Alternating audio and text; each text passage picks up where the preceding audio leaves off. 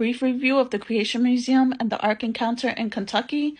Later on in the week, I'll have a video that has some pictures and clips that I took while visiting. How does that song go? Oh, I love it and I hate it at the same time. I think that kind of sums up my emotions towards the Creation Museum and the Ark Encounter. First, let me say overwhelmingly, it's horrible.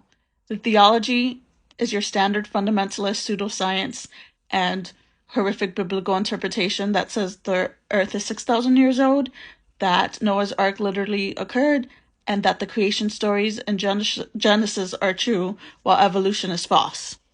They manipulate both science, the parts of science that they accept, and the biblical text to attempt to demonstrate why their worldview is true.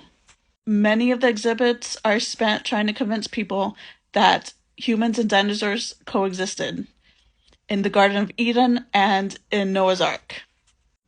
And yet, I kind of loved it for its absurdity.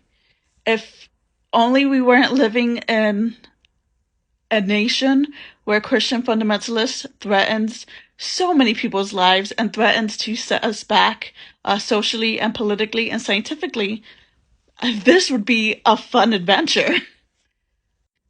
If it were a fantasy theme park or a theme park about exploring religious myths, it would be absolutely fantastic. The level of detail is amazing.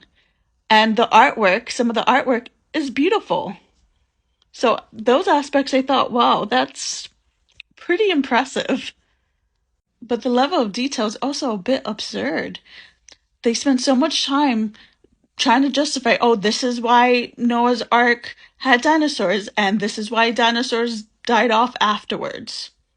Or this is how it's possible that all these animals came into the Ark and coexisted, and how these group of people were able to care for them. And there were some tiny exhibits that talked about racism being bad. Because Ken Ham, who's the founder of Answers in Genesis, has this book called One Race, One Blood, which posits a biblical answer to racism. Basically, it's the idea that racism is a sin issue, not a skin issue, as it says in its description for the book. And of course, evolution is to blame for racism in some way too. Yeah,